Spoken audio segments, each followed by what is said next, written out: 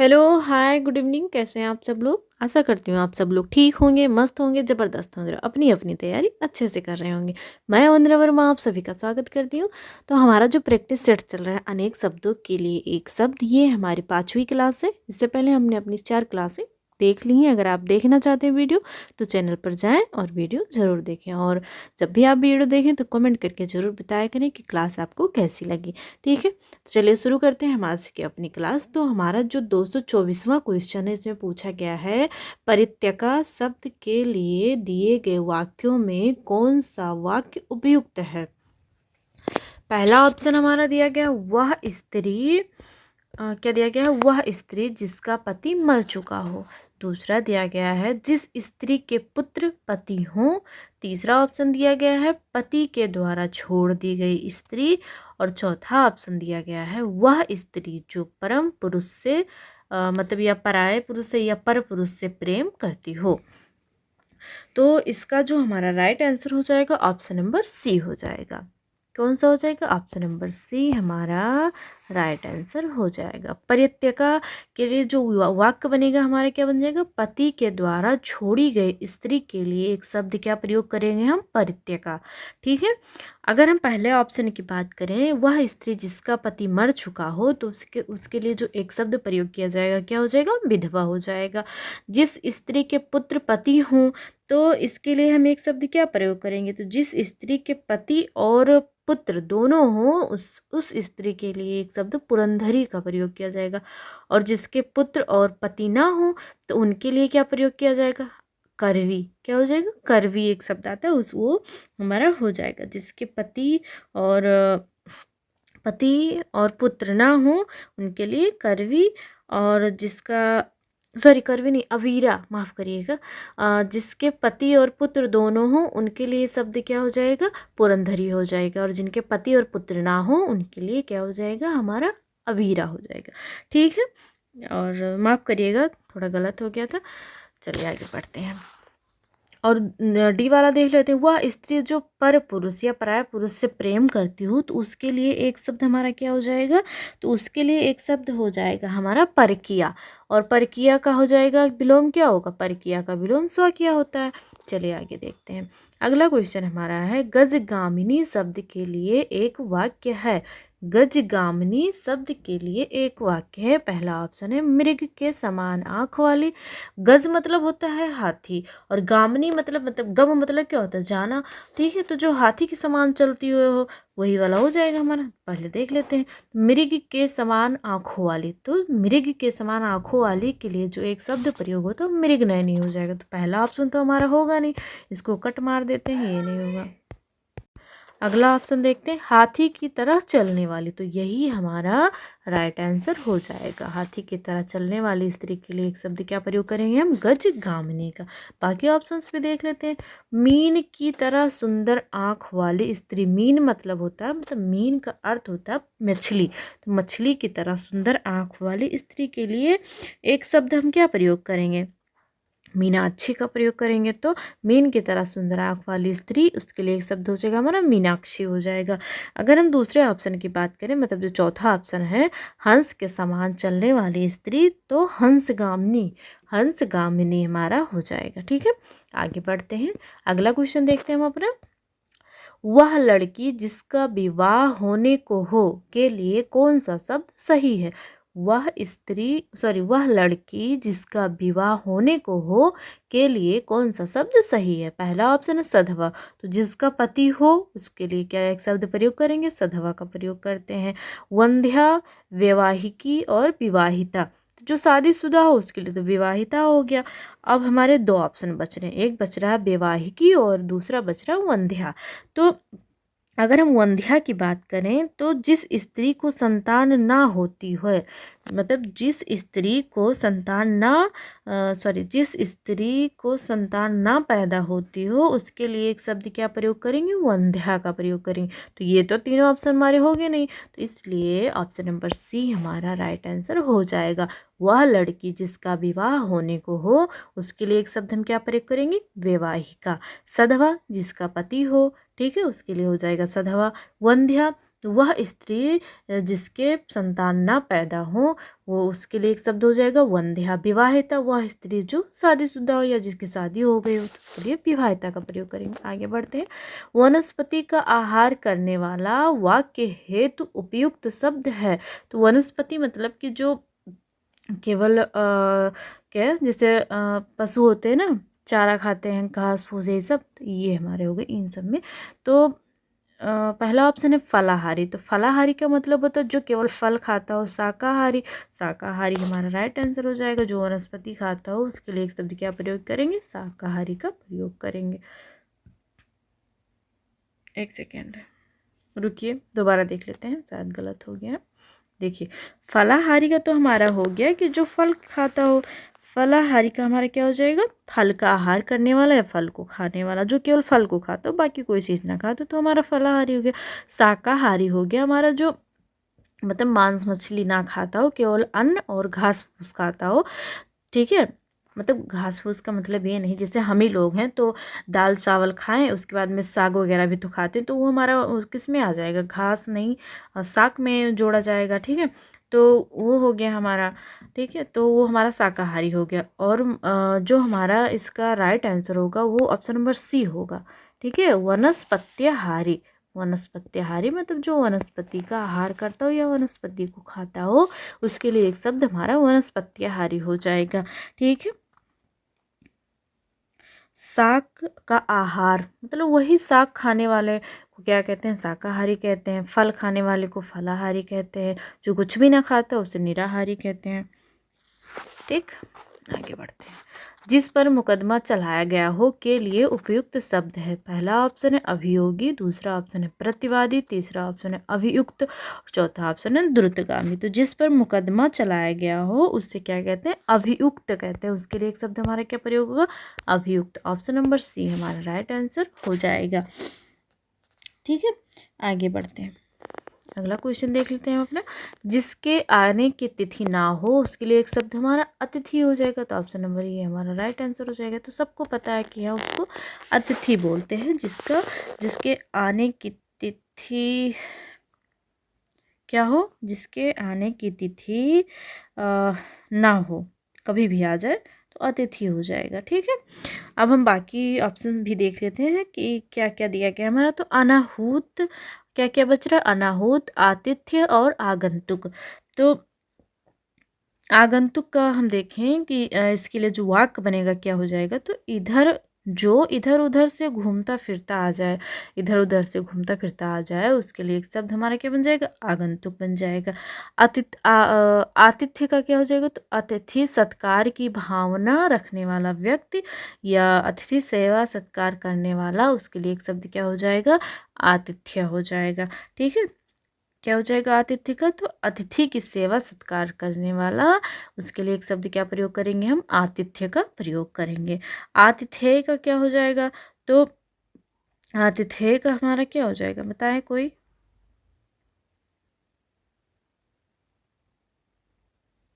देखिए, अभी हमने कहा कि अतिथि की सेवा सत्कार करने वाला, तो अतिथि आतिथ्य हो गया। और यहीं पर थोड़ा सा आप चेंज कर दीजिए कि अतिथि सेवा का भाव रखने वाला आतिथ्य कहलाएगा हमारा। ठीक है, आगे बढ़ते हैं। अगला क्वेश्चन हमारा है अतिथि की सेवा करने वाला। तो वही हो गया अतिथि की सेवा करने वाला, तो आतिथ्य ऑप्शन नंबर हमारा डी सही हो जाएगा। जिसे भले बुरे का ज्ञान ना हो के लिए उपयुक्त शब्द है। विवेकी, अविवेकी, दुर्बोध, दुर्ज्ञेय। तो जिसे भले बुरे का ज्ञान ना हो उसके लिए एक शब्द हम अविवेकी का प्रयोग करेंगे। विवेकी, जिसे भले बुरे का ज्ञान हो उसके लिए एक शब्द क्या बनेगा हमारा, विवेकी हो जाएगा। जिसे जानना, जिसको बोध करना या जानना कठिन हो, ठीक है, जो जल्दी समझ में ना आए उसके लिए एक शब्द हम क्या प्रयोग करेंगे, दुर्बोध का प्रयोग करेंगे। दुर्ज्ञेय, तो जिसे सरलता से ना जाना जा सके उसे दुर्ज्ञेय कहते हैं। ठीक है, आगे देख लेते हैं। नीले रंग का कमल के लिए दिए गए शब्दों में कौन सा शब्द सही है? तो इंदिवर, नीलाभ, पुंडरीक और नीलाक्ष। तो नीले रंग का कमल, इसके लिए एक शब्द हमारा क्या बन जाएगा? इंदिवर हो जाएगा। ऑप्शन नंबर ए हमारा राइट आंसर हो जाएगा। कौन सा हमारा राइट आंसर हो जाएगा? ऑप्शन नंबर ए हमारा राइट आंसर हो जाएगा। ठीक है, आगे बढ़ते हैं। जो अभी अभी उत्पन्न हुआ हो के लिए उपयुक्त शब्द है। जो अभी अभी उत्पन्न हुआ हो उसके लिए क्या उपयुक्त शब्द है? पहला ऑप्शन दत्तक। दत्तक मतलब होता है, मतलब दत्तक के लिए जो वाक्य प्रयोग होगा हो जाएगा पुत्र लिया, सॉरी गोद लिया हुआ पुत्र, उसके लिए एक शब्द क्या हो जाएगा? दत्तक हो जाएगा हमारा। ठीक है, अंत्यज, प्रसू और अर्ध प्रसूत। तो इसका जो हमारा राइट आंसर हो जाएगा ऑप्शन नंबर बी हमारा राइट आंसर हो जाएगा। अभी अभी उत्पन्न हुआ क्या कहलाएगा? अर्ध प्रसूत कहलाएगा। ठीक है, आगे बढ़ते हैं। अगला क्वेश्चन देखते हैं। जिसे ईश्वर में विश्वास नहीं है, जिसे ईश्वर में विश्वास नहीं है उसके लिए एक शब्द हमारा क्या हो जाएगा? जिसे ईश्वर में विश्वास नहीं है उसके लिए एक शब्द हमारा हो जाएगा आस्तिक। अब किस ऑप्शन में? तो ऑप्शन नंबर बी हमारा राइट आंसर हो जाएगा। नास्तिक किसे कहते हैं? जिसे ईश्वर में विश्वास ना हो उसे नास्तिक कहते हैं। ठीक है, पुजारी, तो पूजा करने वाला पुजारी कहलाता,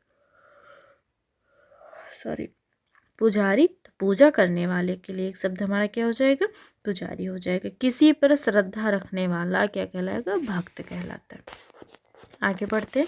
अगला क्वेश्चन हमारा स्वेद से उत्पन्न होने वाला। तो स्वेद मतलब होता है पसीना, तो जो पसीने से उत्पन्न हो उसे क्या कहेंगे? स्वेदज कह देंगे। ठीक है, अंडज, जो अंडे से उत्पन्न हो उसे अंडज कहते हैं। तो हमारा इसका राइट आंसर ऑप्शन नंबर ये हो जाएगा, स्वेद से उत्पन्न होने वाला स्वेदज हो जाएगा। ठीक है, अगर हम बात कर लें पिंडज की, तो पिंड से उत्पन्न होने वाला क्या कहलाएगा? पिंडज कहलाता है।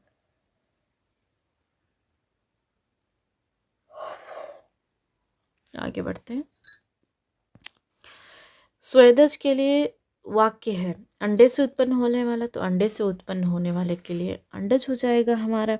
अगर हम बात करें स्वयं उत्पन्न होने वाला, स्वयंभू। ठीक है, और पसीने से उत्पन्न होने वाला, यही हमारा राइट आंसर हो जाएगा। तो option number B, sorry option number C हमारा राइट आंसर हो जाएगा। पसीने से उत्पन्न होने वाले के लिए जो एक शब्द हमारा प्रयोग होगा कौन सा हो जाएगा? स्वेदज हो जाएगा। तो ऑप्शन नंबर बी हमारा राइट आंसर होगा। भूमि से उत्पन्न होने वाला ये भी हमारा नहीं होगा। आगे बढ़ते हैं। अगला क्वेश्चन हमारा निरामिष शब्द का किस वाक्य किस हेतु प्रयोग हुआ है? जो मांस खाता है, जो आमिष मतलब मांस नहीं खाता है, जो मांस और शाक दोनों खाता है, जो शाक खाता है, जो शाक खाता है उसे शाकाहारी कहते हैं, जो मांस और शाक दोनों खाता है उसे सर्वाहारी कहते हैं, जो मांस नहीं खाता है उसे क्या कहते हैं? निरामिष कहते हैं। तो ऑप्शन नंबर बी हमारा राइट आंसर हो जाएगा। और जो मांस खाता है उसे आमिष बोलते हैं। ठीक है, आगे बढ़ते हैं। जहाँ खाना मुफ्त में मिलता है के लिए कौन सा शब्द सही है? सदावर्त, सदाशिव, सदाभव और सदासुख। तो जहाँ खाना मुफ्त में मिलता है उसके लिए एक शब्द हो जाएगा सदावर्त। तो ऑप्शन नंबर ए हमारा राइट आंसर हो जाएगा। ठीक है, जहाँ मुफ्त में खाना मिलता है उसके लिए एक शब्द हमारा क्या हो जाएगा? तो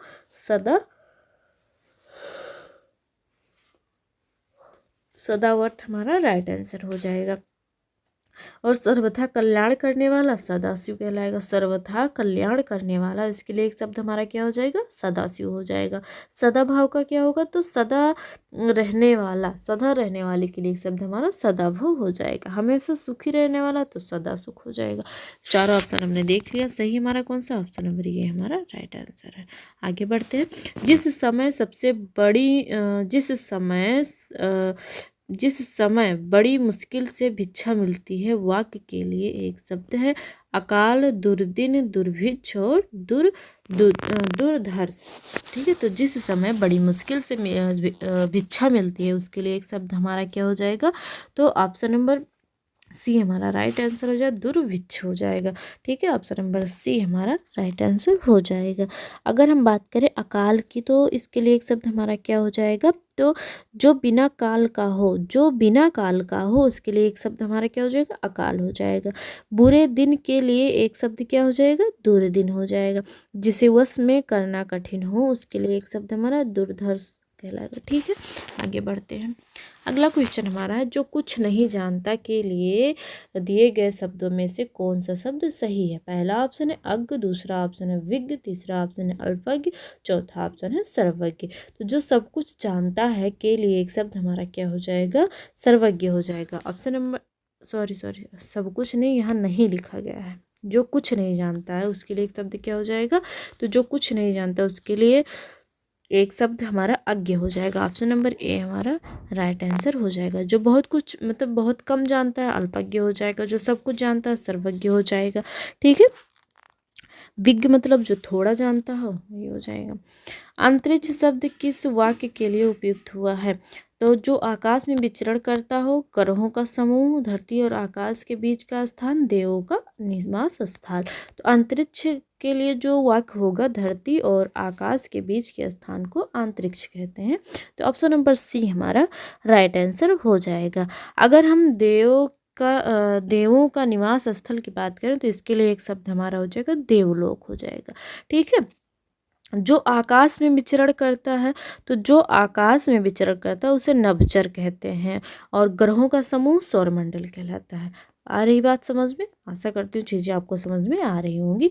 जो गणना के अयोग्य हो के लिए सही विकल्प है, जो गणना के अयोग्य हो के लिए सही विकल्प है। पहला ऑप्शन है अगणनीय। अयोग्य मतलब जिसे गणना ना किया जा सके, या गणना मतलब यही मान लीजिए कि ना किया जा सके। अयोग्य मतलब योग्य ही नहीं है वो गणना करने के। तो पहला ऑप्शन है अगणनीय, दूसरा ऑप्शन नगण्य, तीसरा ऑप्शन है असंख्य और चौथा ऑप्शन है गणनीय। तो जो जो गणना के अयोग्य हो उसे क्या कहते हैं, नगण्य कहते हैं। तो ऑप्शन नंबर वी हमारा राइट आंसर हो जाएगा। और जिसकी कोई गिनती ना हो उसके लिए एक शब्द हमारा क्या हो जाएगा, यही हो जाएगा नगण्य। तो चाहे आपके एग्जाम में दे दिया जाए कि जिसकी कोई गिनती ना हो या जो गणना के अयोग्य हो, तो दोनों के लिए जो एक शब्द बनेगा वो नगण्य हो जाएगा। ठीक है, अगणनीय की अगर हम बात करें तो जिसकी गणना ना की जा सके उसके लिए एक शब्द हमारा अगणनीय हो जाएगा। जिसकी गणना की जा सके गणनीय हो जाएगी। जिसकी संख्या का अता पता ना हो या जिसकी संख्या सीमित ना हो असंख्य हो जाएगा। आगे बढ़ते हैं। अगला क्वेश्चन हमारा मर्मज्ञ। मर्मज्ञ शब्द के लिए एक वाक्य है। पहला ऑप्शन जो कुछ नहीं जानता हो उसके लिए क्या होगा, जो सब कुछ जानने वाला, किसी बात का मर्म या गूढ़ रहस्य जानने वाला, जो थोड़ा जानता हो। तो जो थोड़ा जानता हो उसे अल्पज्ञ कहते हैं, जो सब कुछ जानता हो उसे सर्वज्ञ कहते हैं, जो कुछ नहीं जानता उसे अज्ञ कहते हैं। और तब तीनों तो हमने देख लिया। इस प्रकार ऑप्शन नंबर सी हमारा राइट आंसर हो जाएगा।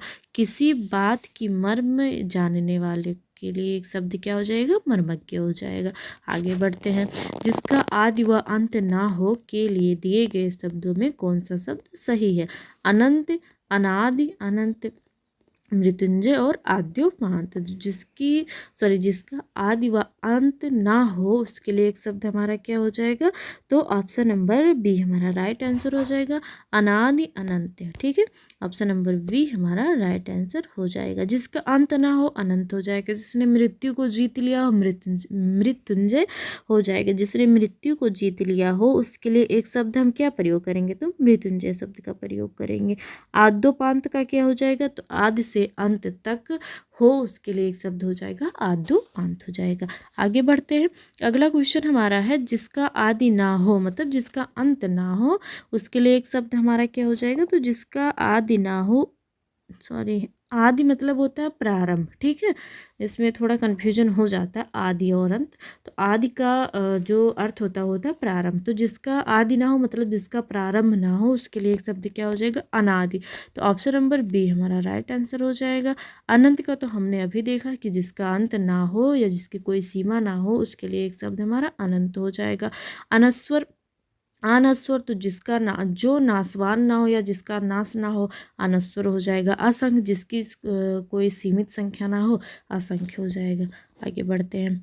औदार्य दाता, औदार्य दाता शब्द के लिए एक शब्द है जो दान करता रहता है, जो सब कुछ उदारता से देना चाहता हो, जो उदार ना हो, जो उदारता ना दिखाता हो। तो औदार्य दाता इसके लिए एक हमारा जो वाक्य बनेगा ऑप्शन नंबर बी हमारा राइट आंसर हो जाएगा। जो सब कुछ उदार से देना चाहता हो उसके लिए एक शब्द हमारा बनेगा औदार्य दाता हो जाएगा। ठीक है, आ रही है आपको समझ में बातें कि नहीं आ रही है, आप कमेंट में बता सकते हैं। ठीक है, अगर हम देख लें कि कौन सा, जो उदारता दिखाता हो, सॉरी, जो उदारता दिखाता हो औदार्य, और जो उदारता ना दिखाता हो अनुदार कहलाएगा। देखिए इसमें दिया गया है जो उदारता ना दिखाता हो, तो इसके लिए जो एक शब्द हम प्रयोग करेंगे अनुदार हो जाएगा। यहीं पर अगर दिया गया होता है कि जो उदारता दिखाता हो उसके लिए एक शब्द हमारा उदार हो जाएगा। ठीक है, अगर हम बात कर लें कि दानी का, जो दान करता रहता है उसके लिए एक शब्द हमारा हो जाएगा दानी। ठीक है, आगे बढ़ते हैं। जो बहुत आगे तक की बात सोच कर काम करता हो के लिए उपयुक्त शब्द है। जो बहुत आगे तक की सोच कर काम करता हो, तो जिज्ञासु, जो किसी चीज़ के जानने, किसी चीज़ को या जानने किसी चीज़ को जानने का इच्छुक या जानने वाला, तो मतलब कि हाँ, पहले हम देख लेते हैं कि इसका राइट आंसर क्या होगा, फिर तीनों ऑप्शन हम अपना क्या करेंगे, व्याख्या करेंगे। जिस जिज्ञासु, जिज्ञासा, सर्वज्ञ और अग्रसोची। तो जिज्ञासा किसी चीज़ को जानने की इच्छा, जिज्ञासा हो गया। किसी चीज़ को जानने का इच्छुक, ठीक है, जिज्ञासु हो गया। किसी चीज़ को जानने वाला इच्छुक हो जाएगा, सॉरी, जिज्ञासु हो जाएगा। सब कुछ जानने वाला सर्वज्ञ हो जाएगा। अग्रसोची, यही हमारा राइट आंसर हो जाएगा। आगे बहुत आगे तक की बात सोचता हो उसके लिए एक शब्द हमारा अग्रसोची हो जाएगा। आगे बढ़ते हैं, सारी चीज़ें हम पहले देख चुके हैं। ठीक है, जो मृत्यु के मुख में आने को है उसके लिए एक शब्द होगा मृत्युंजय। तो जो जिसने मृत्यु पर विजय प्राप्त कर लिया उसके लिए एक शब्द हमारा मृत्युंजय हो जाएगा। मरणासन्न, तो मरणासन्न यही हम नहीं, आगे देख लेते हैं पहले। मरणासन्न, तो इसके लिए जो हमारा एक शब्द बनेगा वो क्या हो जाएगा, तो मरणासन्न के लिए हम देखते हैं क्या होगा हमारा। मरणासन क्या होगा, जो मरने के आसन पर हो वो हमारा हो जाएगा मरणासन हो जाएगा। मृत, जो मरा हुआ उसके लिए मृत हो जाएगा। और मरणोन्मुख हमारा राइट आंसर हो जाएगा। जो मृत्यु के मुख में आने को हो उसके लिए एक शब्द हमारा मरणोन्मुख हो जाएगा। आगे बढ़ते हैं, अगला क्वेश्चन हमारा क्या है, स्मरणीय शब्द के लिए एक वाक्य है। बहुत दिनों तक स्मरण रखने योग्य, जो भूलने योग्य हो, जो विश्वास करने योग्य ना हो, जो विश्वास करने योग्य हो। तो जो स्मरण का मतलब होता है, अर्थ होता है याद करना, किसी चीज़ का स्मरण करना। मतलब कहते हैं नहीं, मुझे ये बात याद आ गई, तो मतलब स्मरण का अर्थ होता है याद करना। ठीक है, तो बहुत दिनों तक स्मरण रखने योग्य स्मरणीय हो जाएगा। ऑप्शन नंबर ए हमारा राइट आंसर हो जाएगा। जो भूलने योग्य हो विस्मृत हो जाएगा। भूलने योग्य हो उसके लिए एक शब्द हम क्या प्रयोग करेंगे, विस्मरणीय का प्रयोग करेंगे। अब फिर अगला क्या है हमारा, जो विश्वास करने योग्य ना हो, तो अविश्वसनीय शब्द का प्रयोग करेंगे। जो विश्वास करने योग्य हो इसके लिए एक शब्द क्या प्रयोग करेंगे, विश्वसनीय। ठीक है, आगे बढ़ते हैं, अगला क्वेश्चन हमारा है जो स्मरण करने योग्य है, स्मरणीय हो जाएगा। अभी हमने देखा था जो भूलने योग्य है उसके लिए विस्मरणीय हो जाएगा। तो ऑप्शन नंबर बी हमारा राइट आंसर हो जाएगा। अगला क्वेश्चन देख लेते हैं, अविश्वसनीय शब्द के लिए उपयुक्त वाक्य है। जो परायों का हित चाहता हो, जो परायों का हित चाहता हो। अगला क्वेश्चन है, सॉरी, अगला ऑप्शन है जो विश्वास करने योग्य ना हो, यही हमारा राइट आंसर हो जाएगा। जो विश्वास करने योग्य ना हो इसके लिए एक शब्द हम क्या प्रयोग करते हैं, अविश्वसनीय। जिस पर विश्वास किया गया हो, जिसका विश्वास किया जा सके। ठीक है, तो ये सारी चीज़ें हम पहले देख चुके हैं अगली वीडियो में। अगर आप जानना चाहते हैं तो अगली वीडियो पर, जो इससे पहले हमारी 4th क्लास वाली वीडियो है, आप उसमें देख सकते हैं। अगला हमारा क्या है, जिस पर विश्वास किया गया, वाक्यांश के लिए एक शब्द है। जिस पर विश्वास किया गया वाक्यांश के लिए एक शब्द है विश्वामित्र, विश्वसनीय और विश्वासघात, विश्वस्त। तो जिस पर विश्वास किया गया उसके लिए एक शब्द हमारा विश्वस्त हो जाएगा। अगर हम विश्वसनीय की बात करें तो जिस पर विश्वास किया जा सके उसके लिए एक शब्द हो जाएगा हमारा विश्वसनीय हो जाएगा। विश्वासघात, जिसने विश्वास को तोड़ा हो उसके लिए एक शब्द हो जाएगा विश्वासघात। ठीक है, जिसने विश्वास पर आघात किया हो उसके लिए हो जाएगा अवर्णनीय। इसके लिए एक शब्द क्या हो जाए, सॉरी, अवर्णनीय के लिए जो उपयुक्त वाक्य होगा क्या होगा, जो बात वर्णन से परे हो, जो बात वर्णन से परे हो। दूसरा ऑप्शन है जो वाणी द्वारा व्यक्त किया जा सके। तीसरा ऑप्शन है जिसे वाणी व्यक्त ना कर सके। चौथा ऑप्शन है जो वचन या वाणी द्वारा कहा ना जा सके। तो जो अवर्णनीय शब्द के लिए उपशब्द हो जाएगा ऑप्शन नंबर सी हमारा राइट आंसर होगा। जिससे वाणी द्वारा ना व्यक्त किया जा सके उसके लिए एक शब्द हमारा हो जाएगा अवर्णनीय। अगर हम पहले ऑप्शन की बात करें कि जो बात वर्णन से परे हो, जो बात वर्णन से परे हो उसके लिए हम एक शब्द क्या प्रयोग करेंगे, तो वर्णनातीत का प्रयोग करेंगे।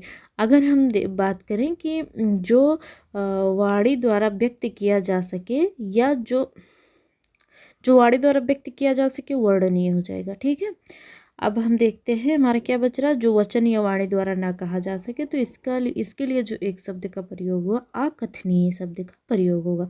जो वचन या वाणी द्वारा कहा ना जा सके इसके लिए हमारा एक शब्द क्या प्रयोग होगा, अकथनीय शब्द का प्रयोग होगा। आगे बढ़ते हैं। अगला क्वेश्चन है ऐसा ग्रहण जिसमें सूर्य पूरा ढक जाए के लिए उपयुक्त शब्द है। ऐसा ग्रहण जिसमें सूर्य पूरा ढक जाए के लिए उपयुक्त शब्द है। पहला ऑप्शन है खग्रास, दूसरा ऑप्शन है चंद्र ग्रहण, तीसरा ऑप्शन है पूर्णिमा, चौथा ऑप्शन है अमावस्या। तो ऐसा ग्रहण जिसमें सूर्य पूरी तरह ढक जाए उसके लिए एक शब्द होगा खग्रास। ऑप्शन नंबर ए हमारा राइट आंसर हो जाएगा। अगर हम बात करें पूर्णिमा की तो जिस दिन पूर्ण चंद्रमा दिखाई देता है उस दिन को क्या कहते हैं, पूर्णिमा कहते हैं। अगर हम बात कर लें चंद्र ग्रहण की तो सूर्य और चंद्रमा के बीच पृथ्वी के आ जाने से क्या होता है, चंद्र ग्रहण होता है। जब सूर्य और पृथ्वी के बीच में सूर्य और चंद्रमा के बीच में पृथ्वी आ जाती है तो उस स्थिति को चंद्र ग्रहण कहते हैं। अमावस्या की अगर हम बात करें तो जिस रात चंद्रमा बिल्कुल नहीं दिखाई देता है उस रात को क्या कहते हैं, अमावस्या कहते हैं। आगे बढ़ते हैं। अगला क्वेश्चन है हमारा अवैध शब्द का एक वाक्य है। अवैध शब्द का एक वाक्य है ऐसा काम करना जिसमें कोई कानून टूटता हो।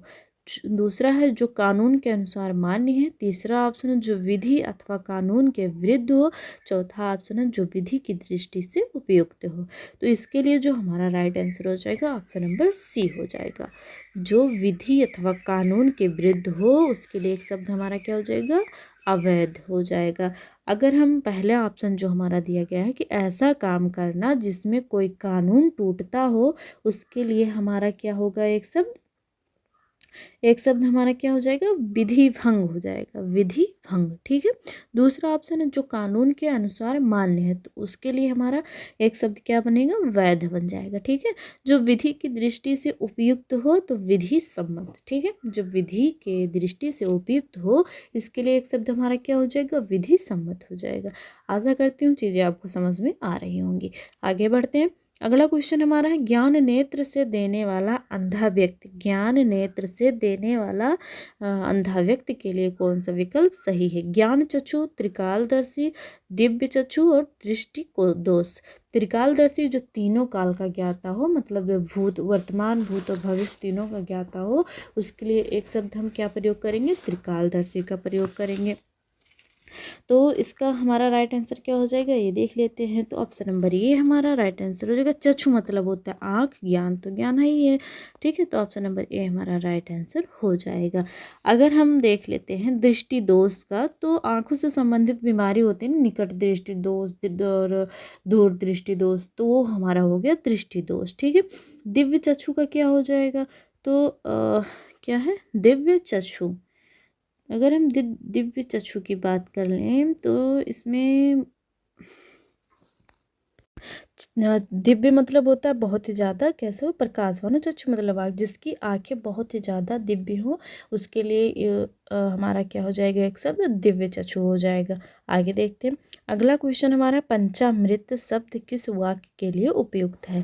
पंचामृत शब्द किस वाक्य के लिए उपयुक्त है। पहला ऑप्शन है ज्ञान 5 ज्ञानेंद्रियों का समूह, दूसरा ऑप्शन है 5 तत्वों का समूह, तीसरा ऑप्शन है 5 प्रकार के कोष का समूह, दूध दही घृत शर्करा मधु मिश्रित वह पदार्थ जो देवताओं भगवान के स्नान हेतु बनाया जाता है। तो पंचामृत जब हम लोगों के यहाँ कथा भागवत होती है या पूजा वगैरह होता है तो पंचामृत बनाया जाता है ना, प्रसाद के रूप में दिया जाता है, तो यही सब तो मिलाया जाता है, उसी से भगवान को स्नान कराया जाता है। तो ऑप्शन नंबर हमारा डी राइट आंसर हो जाएगा। कौन सा राइट आंसर हो जाएगा। ऑप्शन नंबर डी हमारा राइट आंसर हो जाएगा। ठीक है, आगे बढ़े। आई बात समझ में आप लोगों को। चलिए आगे बढ़ते हैं। 5 तत्वों का समूह पंच तत्व कहलाता है। 5 तत्वों का समूह क्या कहलाएगा। पंच तत्व कहलाएगा। 5 प्रकार के कोष का समूह पंचकोश कहलाता है। ठीक है, आगे बढ़ते हैं।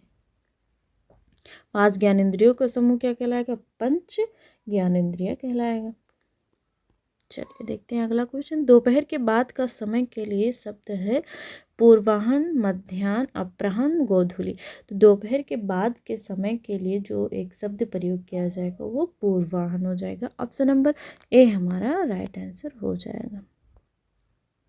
सॉरी, दोपहर के पहले का समय पूर्वाह्न हो जाएगा। ठीक है, और दोपहर के बाद के समय को अपराह्न कहते हैं। तो ऑप्शन नंबर सी हमारा राइट आंसर हो जाएगा। संध्या का समय मतलब रात्रि और शाम के बीच का जो समय होता है उसे क्या कहते हैं, गोधूली कहते हैं। ठीक, आगे बढ़ते हैं। रात और संध्या के बीच के समय को गोधूली कहते हैं। दोपहर के बाद के समय को अपराह्न और दोपहर के पहले के समय को पूर्वाह्न कहते हैं। ठीक, अगला क्वेश्चन हमारा, जो लिखना पढ़ना जानता हो उसके लिए एक शब्द है साक्षर सर्वज्ञ विद्वान निरक्षर। तो जो पढ़ना लिखना जानता हो उसके लिए एक शब्द हमारा हो जाएगा साक्षर। ऑप्शन नंबर ए हमारा राइट आंसर हो जाएगा। विद्वान का क्या हो जाएगा देख लेते हैं। तो सब कुछ जानता हो उसे क्या कहते हैं, विद्वान कहते हैं। या जिसे किसी विषय का अच्छा ज्ञान हो उसे विद्वान कह देंगे। सब कुछ जानता हो तो उसे सर्वज्ञ कह देते हैं। और जिसे किसी विषय का अच्छा ज्ञान हो उसके लिए एक शब्द हमारा क्या हो जाएगा, तो विद्वान हो जाएगा। निरक्षर जो पढ़ना लिखना ना जानता हो उसके लिए एक शब्द हम क्या प्रयोग करेंगे, निरक्षर का प्रयोग करेंगे, मतलब कोई अक्षर ही नहीं जानता हो। जो व्यक्ति विदेश में रहता हो के लिए दिए गए विकल्पों में कौन सा सही विकल्प है। पहला ऑप्शन है अंतेवासी, दूसरा ऑप्शन है प्रहरी, तीसरा ऑप्शन है प्रवासी और चौथा ऑप्शन है प्रलभ। तो जो व्यक्ति विदेश में रहता हो के लिए दिए गए विकल्पों में कौन सा विकल्प सही है, तो इसका हमारा राइट आंसर हो जाएगा। ऑप्शन नंबर हमारा इसमें कौन सा सही हो जाएगा, तो ऑप्शन नंबर सी हमारा राइट आंसर हो जाएगा, प्रवासी बोलते हैं। ठीक है, यही हमारा राइट आंसर हो जाएगा। अगर हम बाकी ऑप्शंस की बात कर लें तो अंतेवासी तो गुरु के समीप या साथ रहने वाले छात्र के लिए एक शब्द हम क्या प्रयोग करते हैं, अंतेवासी का प्रयोग करते हैं। प्रहरी तो जो पहरा देने वाला हो उसके लिए एक शब्द क्या प्रयोग करेंगे, प्रहरी का प्रयोग कर लेते हैं। प्रगल्भ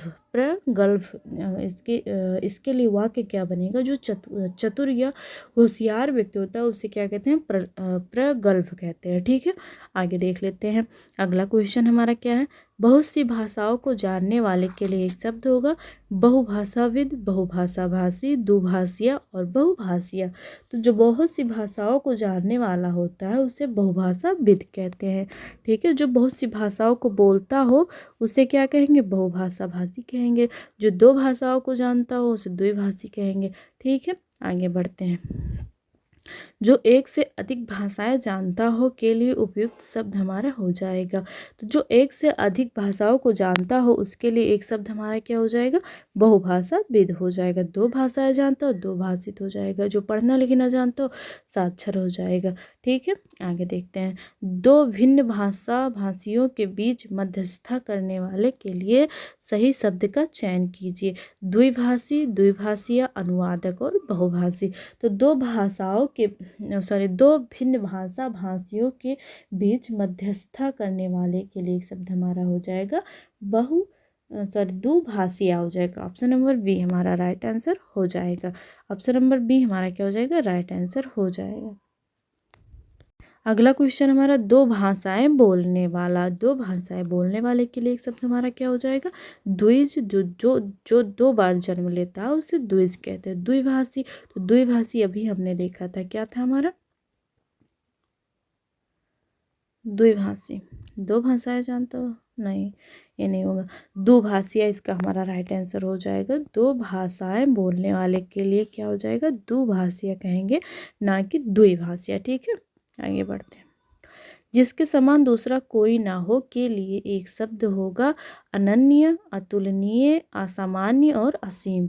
जिसके समान कोई दूसरा ना हो के लिए एक शब्द क्या होगा, अनन्य, अतुलनीय, असामान्य और असीम। तो जिसके समान कोई दूसरा ना हो इसके लिए एक शब्द हम क्या प्रयोग करेंगे, आप लोग इसी कमेंट में बताएंगे। आगे देखते हैं। जिसका कोई अर्थ ना हो वाक्य के लिए एक उपयुक्त शब्द है। पहला ऑप्शन है व्यर्थ, दूसरा ऑप्शन है सार्थक, तीसरा ऑप्शन है अवैध और चौथा ऑप्शन है अव्यक्त। तो जिसका कोई अर्थ ना हो उसके लिए एक शब्द हमारा हो जाएगा व्यर्थ। ऑप्शन नंबर ए हमारा राइट आंसर हो जाएगा। अगर हम बात कर लें, किसकी बात कर लें, बताइए आप लोग किसकी बात कर लें। चलिए बात कर लेते हैं किसी चीज़ की, है अवैध की बात कर लेते हैं। तो जिसका जो विधि के विरुद्ध हो, जो विधि के विरुद्ध हो उसके लिए हमारा एक शब्द क्या बनेगा, अवैध बन जाएगा। जो जिसे व्यक्त ना किया जा सके उसके लिए एक शब्द हमारा क्या हो जाएगा, अव्यक्त हो जाएगा। अब हमारा बच क्या रहा, सार्थक बच रहा है ना। तो इसके लिए हमारा एक शब्द क्या हो जाएगा, इसके लिए हमारा एक शब्द हो जाएगा, क्या हो जाएगा,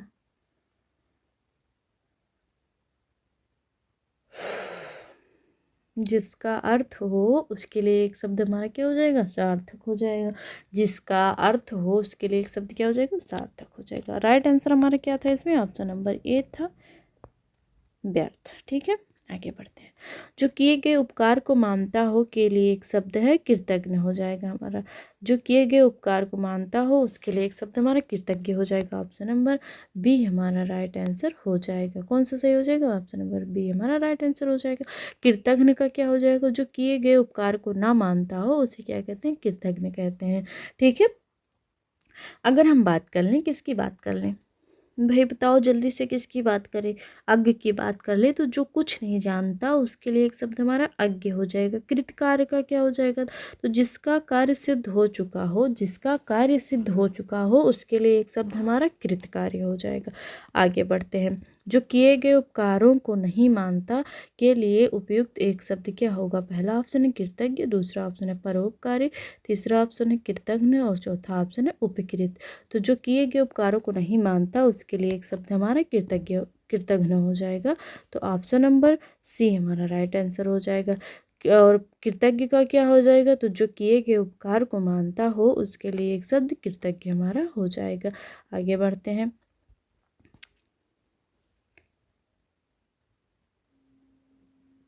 अगला क्वेश्चन हमारा है, जो कृतज्ञ ना हो, जो कृतज्ञ ना हो, पहले उस वाक्यांश के लिए एक शब्द क्या होगा, जो कृतज्ञ ना हो। पहला ऑप्शन है कृत, दूसरा ऑप्शन है कृतज्ञ, तीसरा ऑप्शन है कृपण और चौथा ऑप्शन है कृच्छ।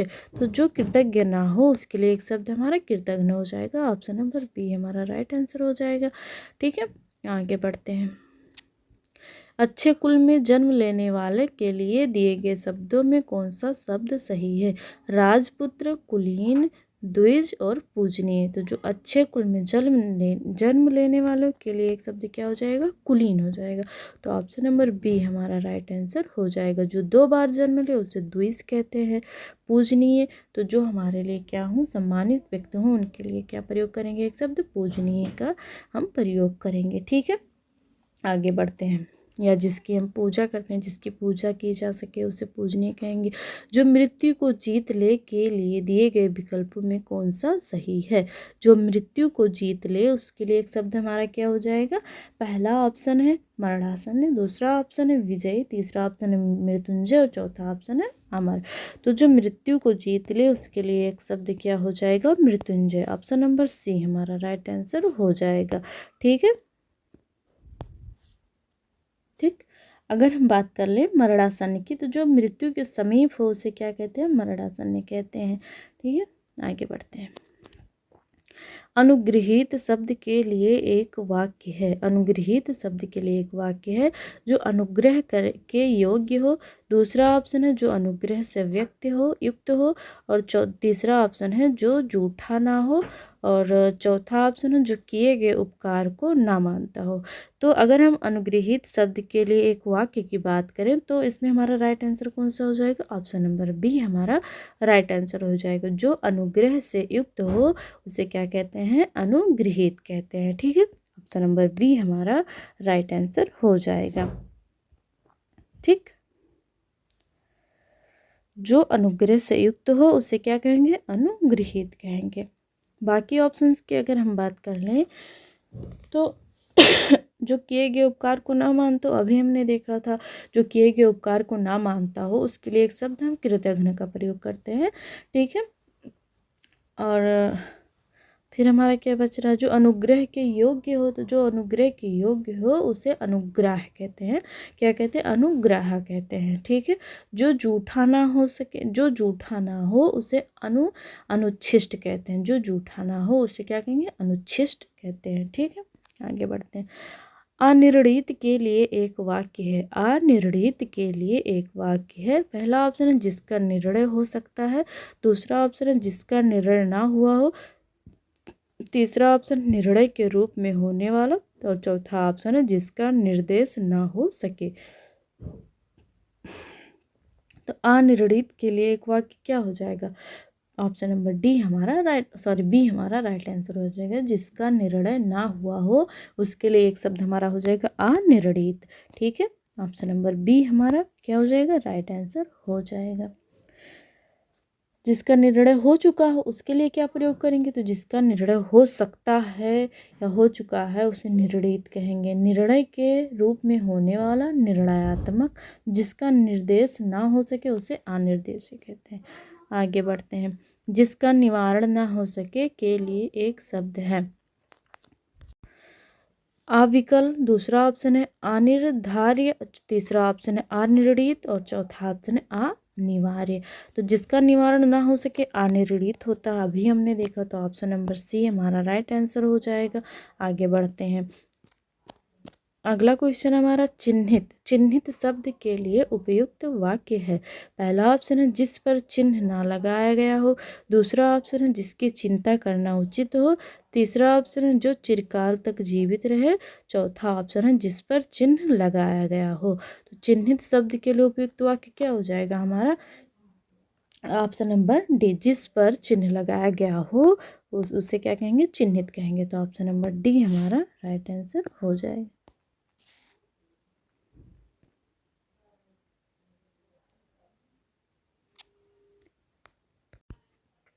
जिस पर चिन्ह ना लगाया गया हो उसके लिए एक शब्द क्या प्रयोग करेंगे हम? अचिन्हित हो जाएगा। जिस पर चिन्ह ना लगाया गया हो उसे क्या कहेंगे? अचिन्हित कहेंगे। तो ये तो होगा नहीं हमारा। ठीक है, तो और अगर हम दूसरे ऑप्शन की बात करें, जिसकी चिंता करना उचित हो, ये भी नहीं होगा। जिसकी चिंता करना उचित हो चिंतनीय हो जाएगा। फिर है जो चिरकाल तक जीवित रहे, तो जो चिरकाल तक जीवित रहे उसके लिए एक शब्द चिरंजीवी हो जाएगा। तो अब तीन ऑप्शन तो हमारे हैं नहीं, तो चौथा ऑप्शन हमारा राइट आंसर हो जाएगा। जिस पर चिन्ह लगाया गया हो उसे चिन्हित कहेंगे।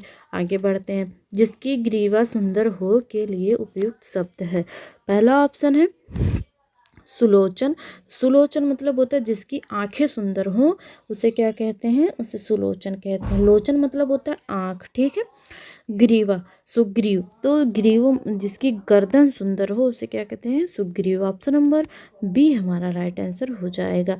ठीक है, सुनैन का क्या हो जाएगा? जिसकी नयन सुंदर हो। नयन भी आंख होता है। लोचन मतलब लोचन, नयन, चक्षु, ये सब क्या है? आंख के पर्यायवाची शब्द हैं। ठीक है, अब सोने की इच्छा, इसके लिए क्या प्रयुक्त शब्द होगा? सुसुप्त। सुसुप्त सुसुप्सा, सुसुप्सा हमारा हो जाएगा सोने की इच्छा के लिए एक शब्द होगा सुसुप्सा। ठीक है, आगे बढ़ते हैं।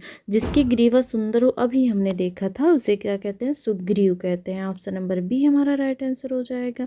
ठीक है, आगे देख लेते हैं। किसी छोटे से छोटे काम में त्रुटि ढूंढने के लिए एक शब्द क्या हो जाएगा? पहला ऑप्शन है आलोचक, दूसरा ऑप्शन है छिद्रान्वेषी, तीसरा ऑप्शन है ईर्ष्यालु, चौथा ऑप्शन है अज्ञानी।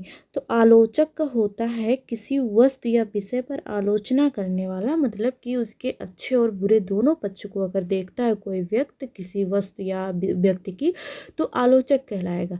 छिद्रान्वेषी किसी छोटे से छोटे काम में त्रुटि ढूंढना, उसके लिए क्या हो जाएगा? छिद्रान्वेषी। तो ऑप्शन नंबर बी हमारा राइट आंसर हो जाएगा। ठीक है, ईर्ष्यालु जो ईर्ष्या करता हो, ठीक है, किसी से ईर्ष्या रखने वाला ईर्ष्यालु कहलाएगा।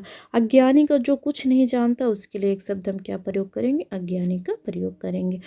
सव्यसाची शब्द के लिए एक वाक्य है, सदा सत्य बोलने वाला, बाएं हाथ से कार्य करने वाला, जिसने बहुत कुछ सुना हो, या अपनी इच्छा के अनुसार आचरण करने वाला। तो सव्यसाची का क्या हो जाएगा? हमारा बाएं हाथ से कार्य करने वाला क्या कहलाएगा? सव्यसाची कहलाएगा। तो ऑप्शन नंबर बी हमारा राइट आंसर हो जाएगा। ठीक है, आगे बढ़ते हैं। आगे बढ़ते हैं, कुछ इसमें देख लें कि हमारा कौन सा होगा। और सदा सत्य बोलने वाला तो सत्यवादी कहलाएगा। क्या कहलाएगा? सत्यवादी कहलाएगा। आगे बढ़ते हैं। ऐसी कन्या जिसके विवाह का वचन दिया गया हो, उसके लिए एक शब्द है। ऐसी कन्या जिसके विवाह का वचन दिया गया हो, उसके लिए एक शब्द हमारा क्या हो जाएगा? पहला ऑप्शन है नवोढ़ा, दूसरा ऑप्शन है प्रोसित पतिका, तीसरा ऑप्शन है वाग्दत्ता, और चौथा ऑप्शन है आगत पतिका। तो ऐसी कन्या जिसके विवाह का वचन दिया गया हो, उसके लिए एक शब्द हमारा क्या हो जाएगा? वाग्दत्ता हो जाएगा। तो ऑप्शन नंबर सी हमारा राइट आंसर हो जाएगा। अगर हम बात करें, किसकी बात करें? नवोढ़ा की, तो जिस कन्या का अभी अभी विवाह हुआ हो, उसके लिए एक शब्द हम क्या प्रयोग करेंगे? नवोढ़ा का प्रयोग कर लेंगे। प्रोसित पतिका का क्या हो जाएगा? तो जिस स्त्री का पति विदेश गया हो, उसके लिए एक शब्द प्रोसित पतिका हो जाएगा। अगला हमारा है कि क्या बच रहा? आगत पतिका। तो जिस स्त्री का पति विदेश से आया हो, उसके लिए एक शब्द हम क्या प्रयोग करेंगे? तो आगत पतिका हमारा हो जाएगा। ऑप्शन नंबर सी हमारा राइट आंसर हो जाएगा। आगे बढ़ते हैं। जिसे वेतन ना मिलता हो, वाक्य हेतु उपयुक्त शब्द है। जिसे वेतन ना मिलता हो, उसके लिए एक शब्द क्या हो जाएगा हमारा? पहला ऑप्शन है भिखारी, दूसरा ऑप्शन है वैतनिक, तीसरा ऑप्शन है अवैतनिक, और चौथा ऑप्शन है आकाशवृत्ति। आकाशवृत्ति। तो जिसे वेतन ना मिलता हो, उसे क्या कहेंगे? अवैतनिक। उसके लिए एक शब्द हमारा प्रयोग होगा अवैतनिक। तो ऑप्शन नंबर सी हमारा राइट आंसर हो जाएगा। ठीक है, वैतनिक तो जिसे वेतन मिलता हो वैतनिक हो जाएगा। जो भीख मांगता हो या भिक्षा के सहारे अपना जीवन जीता हो या जीविका चलाने वाला भिखारी कहलाएगा। ठीक है, आकाशवृत्ति का क्या हो जाएगा? तो ईश्वर के सहारे निश्चित आय, ईश्वर के सहारे अनिश्चित आय को क्या कहते हैं? आकाशवृत्ति कहते हैं। मतलब ईश्वर के सहारे अनिश्चित आय के लिए एक शब्द हमारा क्या हो जाएगा? आकाशवृत्ति हो जाएगा। अगला ऑप्शन क्वेश्चन देख लेते हैं। जो किसी अन्य व्यक्ति के स्थान पर कार्यरत हो, शब्द के लिए उपयुक्त शब्द है। जो किसी अन्य व्यक्ति के स्थान पर कार्यरत हो, शब्द समूह के लिए उपयुक्त शब्द है। पहला ऑप्शन है स्थानापन्न, दूसरा ऑप्शन है स्थानांतरित, तीसरा ऑप्शन है एकाधिकार, चौथा ऑप्शन है निरुपाय। निरुपाय। ठीक है, तो ऐसा जो किसी अन्य व्यक्ति के स्थान पर कार्यरत हो, उसके लिए एक शब्द हमारा क्या हो जाएगा? स्थानापन्न हो जाएगा। तो ऑप्शन नंबर ए हमारा राइट आंसर हो जाएगा। स्थानांतरित, जो एक स्थान से दूसरे स्थान पर किया गया हो, उसके लिए एक शब्द हम ये क्या प्रयोग करेंगे? स्थानांतरित का प्रयोग कर लेंगे। तो एकाधिकार का क्या हो जाएगा? तो जिस पर दूसरे का अधिकार ना हो, जिस पर दूसरे का अधिकार ना हो, उसके लिए एक शब्द हमारा क्या हो जाएगा? एकाधिकार हो जाएगा। निरुपाय का क्या हो जाएगा? तो जिसका कोई उपाय ना हो, उसके लिए एक शब्द निरुपाय हो जाएगा। आगे देखते हैं। जो किसी अन्य व्यक्ति के स्थान पर कार्यरत हो, शब्द समूह के लिए उपयुक्त शब्द है। जो किसी, ये तो कर चुके हैं ना। इसका राइट आंसर हमारा क्या था? ऑप्शन नंबर ये था। आगे देख लेते हैं। जो उस पद पर होने के कारण किसी कार्य में रत हो शब्द समूह के लिए सही शब्द का चयन कीजिए। अधिकारी, पदेन, पदाधिकारी और प्रतिष्ठित। तो इसके लिए हमारा जो राइट आंसर हो जाएगा ऑप्शन नंबर बी हो जाएगा, पदेन। जो उस पद पर होने के कारण किसी कार्य में रत हो उसके लिए एक शब्द हो जाएगा पदेन। ठीक है। अब अधिकारी के लिए हमारा क्या वाक्य प्रयोग होगा ये भी देख लेते हैं। तो वह व्यक्ति जिसे कुछ पाने या करने का अधिकार हो उसके लिए एक शब्द हमारा क्या हो जाएगा, अधिकारी हो जाएगा। वह जो किसी पद पर रहते हुए सब अधिकार प्राप्त करता है उसके लिए क्या हो जाएगा, पदाधिकारी हो जाएगा।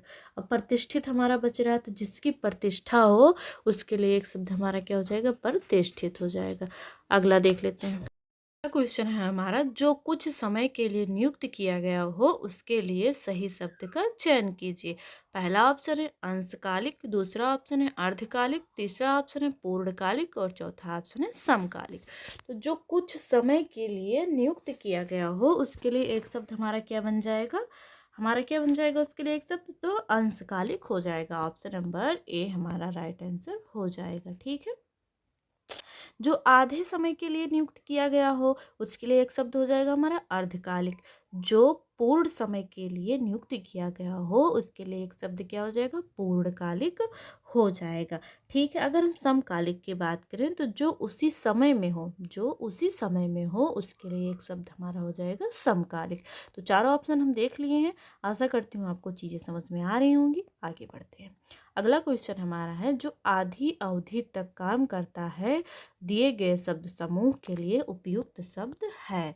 तो पहला ऑप्शन है पूर्णकालिक। तो पूर्णकालिक को तो हमारा पूर्ण समय के लिए हो जाएगा। जो पूर्ण समय के लिए, जो पूर्ण समय तक काम करता है उसके लिए एक शब्द हो जाएगा पूर्णकालिक। अंशकालिक जो कुछ समय के लिए हो। अर्धकालिक जो आधे या आधी अवधि दिया गया है ना, तो यही हमारा राइट आंसर हो जाएगा। ऑप्शन नंबर हमारा सी राइट आंसर हो जाएगा। ठीक है। आगे बढ़ते हैं।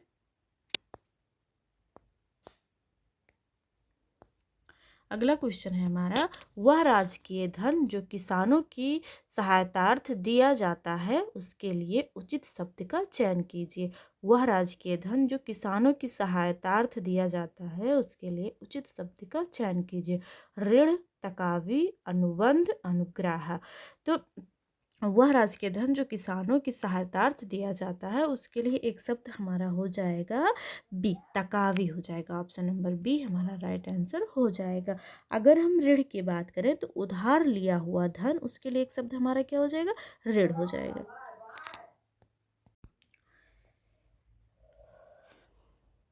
अनुबंध की अगर हम बात करें तो किसी कार्य हेतु दो पक्षों में समझौता, किसी कार्य हेतु दो पक्षों में समझौता क्या कहलाता है, अनुबंध कहलाता है। मतलब किसी कार्य हेतु दो पक्षों में समझौता, उसके लिए एक शब्द क्या हो जाएगा हमारा, अनुबंध हो जाएगा।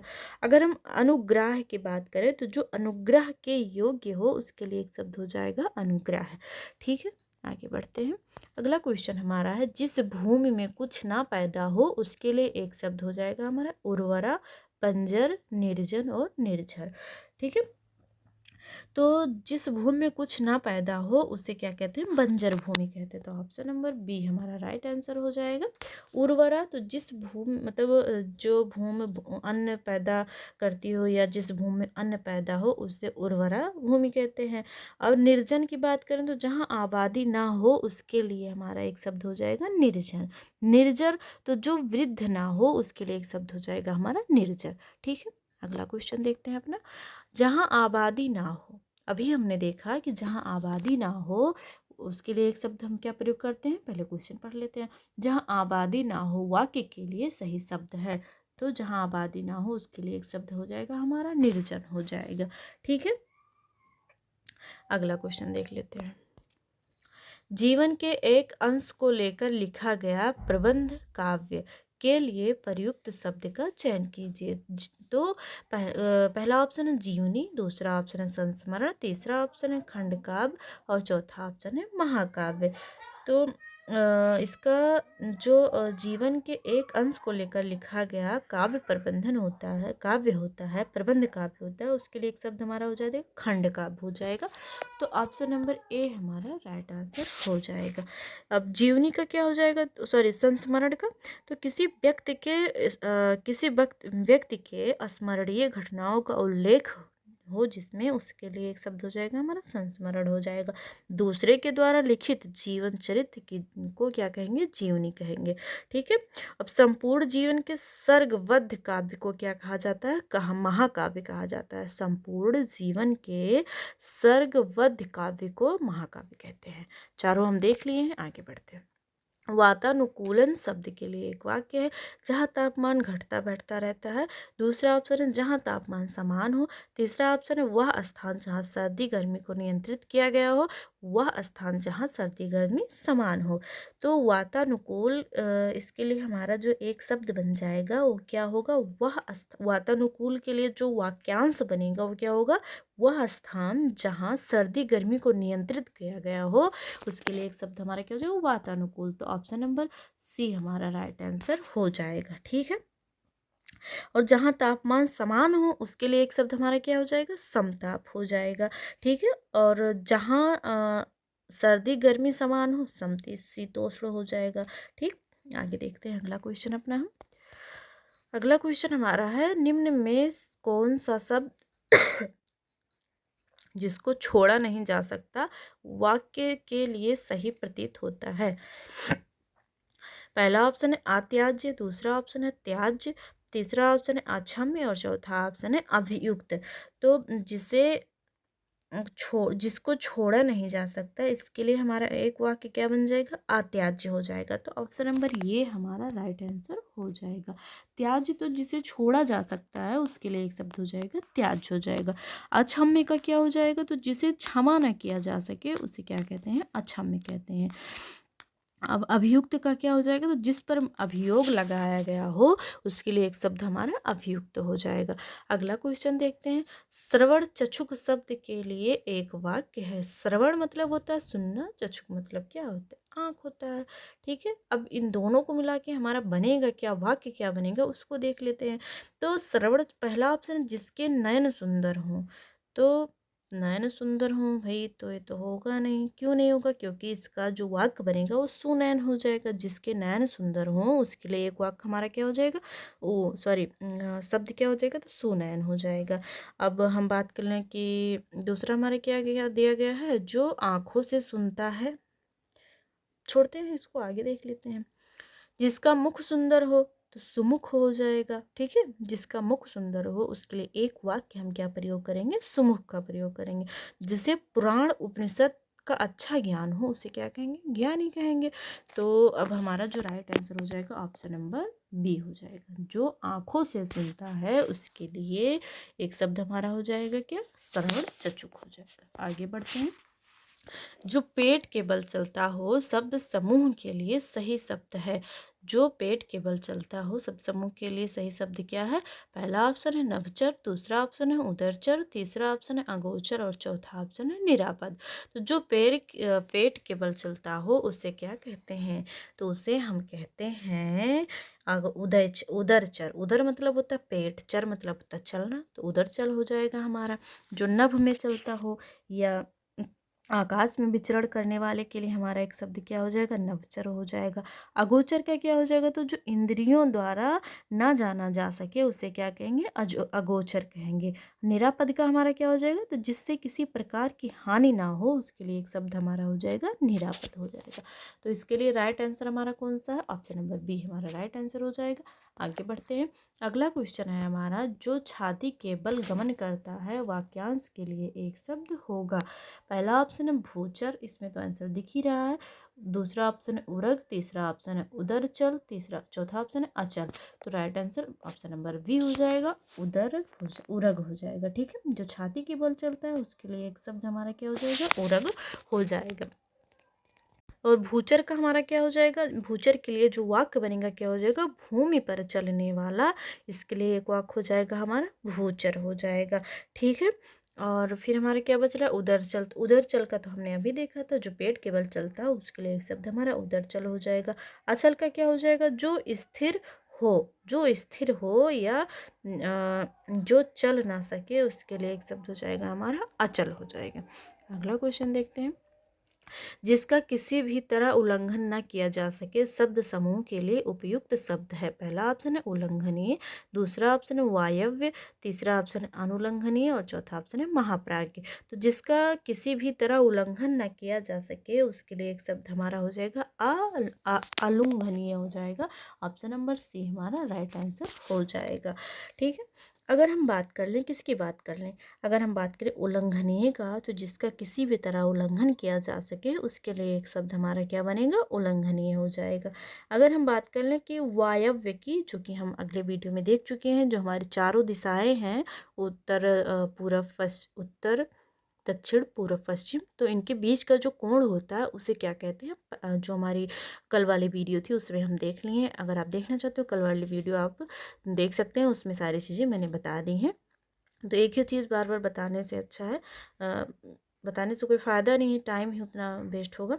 तो अगर जानना चाहते हैं, देखना चाहते हैं, तो कल वाली वीडियो आप देख सकते हैं। ठीक है, तो उत्तर देख हमारा क्या है, अगला ऑप्शन बी वाला क्या है, वायव्य।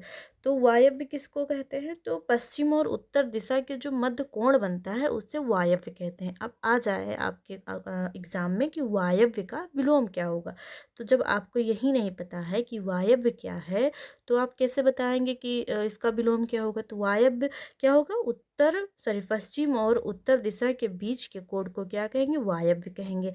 अब ये तो हो गया हमारा उत्तर पश्चिम का, तो उत्तर पश्चिम का जो विलोम है वो क्या बनेगा, उत्तर पूरब बन जाएगा। उत्तर और पूरब बन जाएगा, तो उत्तर और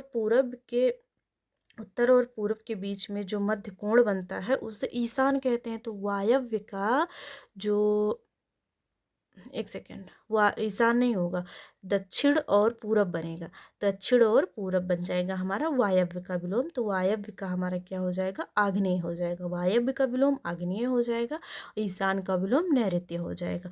ठीक है, तो आप कल वाली वीडियो देख ली, उसमें पूरा अच्छे से बताया गया है। ठीक है, अगला क्वेश्चन देखते हैं। 100 वर्षों का समूह वाक्य के लिए सही विकल्प का चयन कीजिए। 100 वर्षों का समूह, तो पहला ऑप्शन है शताब्दी, तो यही हमारा राइट आंसर हो जाएगा। 100 वर्षों के समूह को शताब्दी कहते हैं। दशक किसे कहते हैं, तो 10,000 संबंधी या 10 वर्षों का समूह दशक कहलाता है। सहस्त्र, तो 10,000 संबंधी वाक्य के लिए सहस्त्र का प्रयोग करते हैं। कोटि, तो लाख के लिए कोटि का प्रयोग करते हैं। ठीक है, करोड़ के लिए, सॉरी। वैष्णो शब्द के लिए एक वाक्य है। विष्णु का उपासक शिव, शिव के उपासक को शिव कहते हैं। ठीक है, तो शिव तो ये तो होगा नहीं, शिव के उपासक को शिव कहते हैं। सूर्य के उपासक के क्या कहेंगे, सूर्य के उपासक को सूर्योपासक कहते हैं। और शक्ति के उपासक को शाक्त कहते हैं। तो वैष्णो को विष्णु के उपासक को वैष्णव कहते हैं। ऑप्शन नंबर ए हमारा राइट आंसर हो जाएगा। गोद लिया हुआ के लिए सही शब्द का चयन कीजिए। पहला ऑप्शन है स्वयंभू, दूसरा ऑप्शन है दत्तक, तीसरा ऑप्शन है सहोदर, चौथा ऑप्शन है औरस। तो गोद लिया हुआ के लिए जो सही शब्द होगा ऑप्शन नंबर बी हो जाएगा, दत्तक हो जाएगा। अगर हम बात करें स्वयंभू की, तो स्वयं से उत्पन्न होने वाले के लिए एक शब्द हमारा क्या हो जाएगा, स्वयंभू हो जाएगा। एक ही उदर से उत्पन्न होने वाले के लिए सहोदर कहेंगे। जो विवाहिता स्त्री से उत्पन्न हुआ हो उसे औरस कहते हैं। और आज का हमारा लास्ट क्वेश्चन है, जो स्त्री कविता रचती है वाक्य के लिए सही शब्द का चयन कीजिए। पहला ऑप्शन है कवि, दूसरा ऑप्शन है कवित्री, तीसरा ऑप्शन है आस कवि और चौथा ऑप्शन है लेखिका। तो जो स्त्री कविता रचती है उसके लिए एक वाक्य हमारा क्या हो जाएगा, कवित्री हो जाएगा। ये वर्तनी अशुद्धि में बहुत बार पूछा जा चुका है, तो इसे आप देख लें किस प्रकार लिखा गया है। जो व्यक्ति या पुरुष कविता रचता है उसे कवि कहते हैं। जो तत्काल कविता कर डालता है उसे आंसू कवि कहते हैं। और जो स्त्री किसी विषय पर लिखती है उसे क्या कहते हैं, लेखिका कहते हैं। तो हमारी जो क्लास है यहीं तक है। आशा करती हूँ आपको वीडियोस पसंद आई, हमारी जो क्लास है ये आपको पसंद आई होगी। अगर वीडियो पसंद आए और ऐसा लगे आपको कि हाँ हमारे क्वेश्चन बन रहे हैं, हमें पढ़ने में आसानी हो रही है, तो चैनल को सब्सक्राइब कर लें और कमेंट करके ज़रूर बताएं कि क्लास आपको कैसी लगी। धन्यवाद।